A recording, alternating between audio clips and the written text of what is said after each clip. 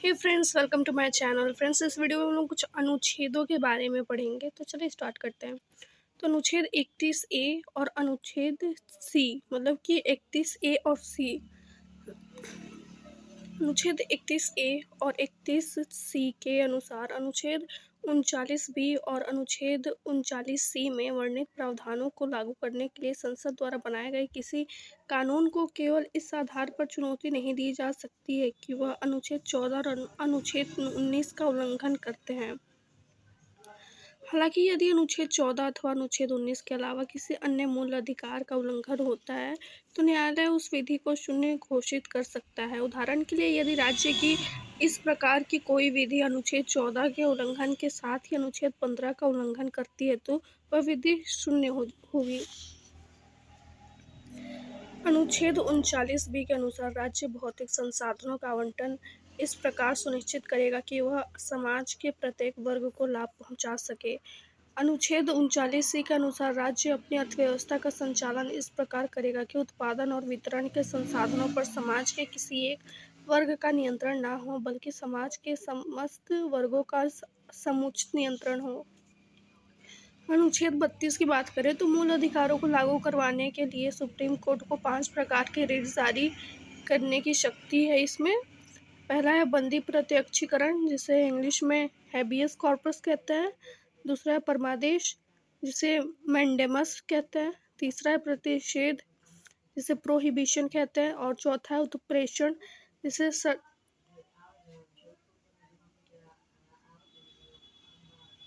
सर्टियोरेरी कहते हैं। पांचवा है अधिकार परीक्षा, जिसे क्यो वारंटो कहते हैं। बंदी प्रत्यक्षीकरण हैबियस कॉर्पस, शाब्दिक अर्थ इसका जो बंदी प्रत्यक्षीकरण यानी कि हैबियस कॉर्पस का जो शाब्दिक अर्थ है वो है आपके पास शरीर है। किसी व्यक्ति को जबरन हिरासत में रखने के विरुद्ध सार्वजनिक प्राधिकरणों या व्यक्तिगत दोनों के लिए जारी की जा सकती है। उसके बाद है परमादेश मैंडेमस, हम आदेश देते हैं। इसका अर्थ होता है जिस निजी व्यक्ति, निजी निकाय, राष्ट्रपति या राज्यपाल के खिलाफ जारी नहीं होता। प्रतिषेध प्रोहिबिशन, न्यायिक या अर्ध न्यायिक संस्था के विरुद्ध जारी किसी अधीनस्थ न्यायालय को अपनी अधिकारिता का अतिक्रमण करने से रोकना। उत्प्रेषण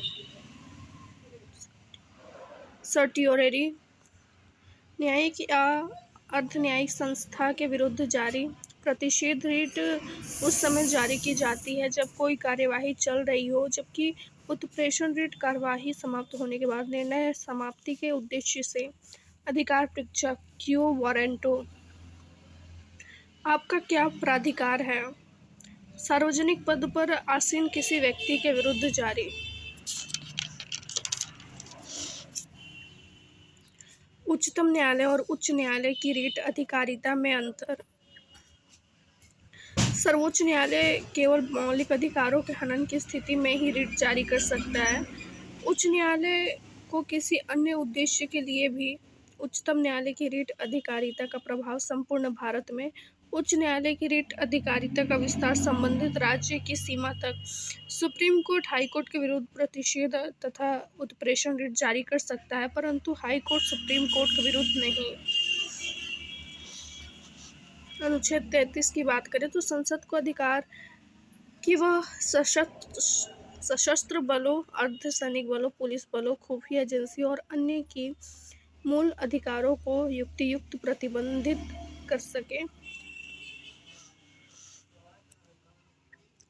अनुच्छेद 34 मार्शल लॉ लागू होने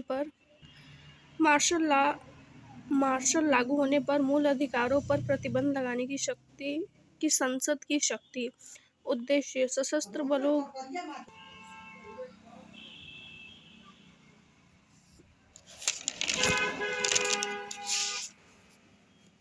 अनुच्छेद 35 की बात करें तो केवल संसद को मूल अधिकारों को प्रभावी बनाने के लिए कानून बनाने की शक्ति।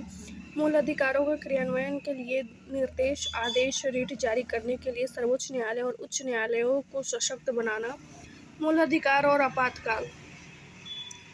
अनुच्छेद 358 केवल युद्ध अथवा बाहरी आक्रमण के आधार पर राष्ट्रीय आपातकाल लागू, तो अनुच्छेद 19 का क्रियान्वयन स्वतः निलंबित। अनुच्छेद 359 राष्ट्रीय आपातकाल के दौरान राष्ट्रपति अनुच्छेद 20 एवं अनुच्छेद 21 को छोड़कर किसी भी मूल अधिकार के प्रवर्तन को निलंबित कर सकता है। तो फ्रेंड्स, इस वीडियो में इतना ही। इसके नेक्स्ट पार्ट में हम लोग डीपीएसपी के बारे में कुछ जानकारी लेंगे। तो फिलहाल के लिए thank you and please video को लाइक करें, शेयर करें एंड चैनल को सब्सक्राइब करें।